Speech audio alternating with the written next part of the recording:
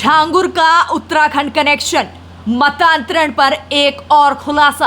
15 साल की किशोरी को जिंदा जलाने पर सुप्रीम कोर्ट ने जताया दुख, कहा महिलाओं को सशक्त सुरक्षित बनाने की जरूरत। उपराष्ट्रपति जगदीप धनखड़ ने की इस्तीफे की घोषणा, खराब स्वास्थ्य को बताया कारण। बीकानेर में 2 कारों की जबरदस्त भिड़ंत, 5 लोगों की दर्दनाक मौत। नमस्कार, स्वागत है आपका न्यूज नेटवर्क में। मैं हूं आपके साथ नेहा। आइए नजरें डालते हैं आज की खबरों पर। उत्तर प्रदेश में मतांतरण का संगठित रैकेट चलाने वाले जलालुद्दीन उर्फ झांगुर का उत्तराखंड कनेक्शन सामने आने के बाद अब दून पुलिस आरोपियों का कनेक्शन खंगालने में पूरी तरह से जुट गई है। दून पुलिस अब तक उत्तराखंड में गिरोह चला रहे शंकरपुर सहसपुर निवासी अब्दुल रहमान सहित 5 के खिलाफ मुकदमा दर्ज कर चुकी है। उनमें से 3 आरोपियों को यूपी पुलिस गिरफ्तार कर चुकी है। दून पुलिस इन आरोपियों को बी वारंट पर देहरादून लाने की तैयारी कर रही है। उनसे पूछताछ के बाद ही पूरे गिरोह का राज खुल सकेगा। आरोपियों ने रानी पोखरी की एक युवती को इंस्टाग्राम से संपर्क कर मुस्लिम धर्म में मतांतरण करने का प्रयास किया था। पुलिस के अनुसार इनमें से अब्दुल रहमान सहित अबू तालिब निवासी मुजफ्फरनगर और श्वेता निवासी गोवा को उत्तर प्रदेश पुलिस ने गिरफ्तार कर लिया है, जबकि अयान निवासी दिल्ली, अमन जो कि दिल्ली का ही रहने वाला है, अभी भी फरार बताए जा रहे हैं। इन आरोपियों की गिरफ्तारी के लिए उत्तर प्रदेश और उत्तराखंड पुलिस लगातार दबिश दे रही है।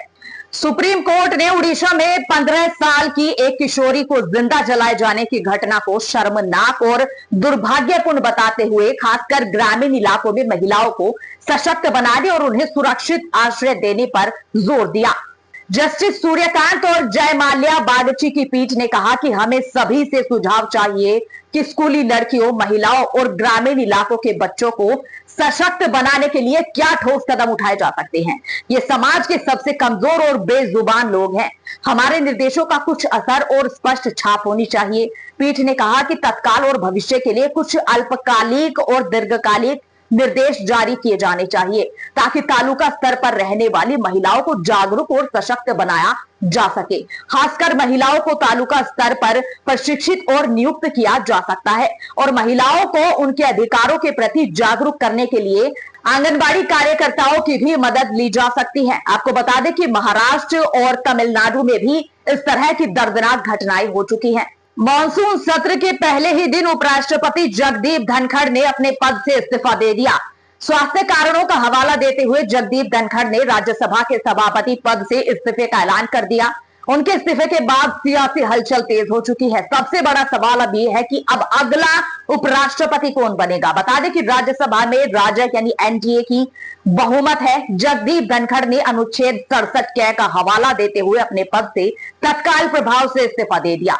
बता दें कि वो तीसरे ऐसे उपराष्ट्रपति बन गए हैं जो अपना कार्यकाल पूरा किए बिना ही पद छोड़ने का फैसला कर चुके हैं।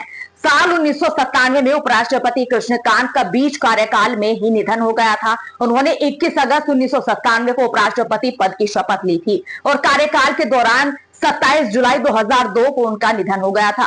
इसके अलावा 1974 में उपराष्ट्रपति बीडी जत्ती ने कार्यकाल समाप्त होने से पहले ही अपना इस्तीफा दे दिया था। हालांकि वो अंतरिम राष्ट्रपति की भूमिका निभा रहे थे। बता दें कि जगदीप धनखड़ ने 11 अगस्त 2022 को 14वें उपराष्ट्रपति के रूप में शपथ ली थी। पिछले 3 सालों से वो राज्यसभा के सभापति थे। जगदीप धनखड़ के इस्तीफे के बाद उपराष्ट्रपति के पद को भरने के लिए फिर से चुनावी प्रक्रिया को पूरा करना होगा, जिसके बाद देश को नया उपराष्ट्रपति मिलेगा।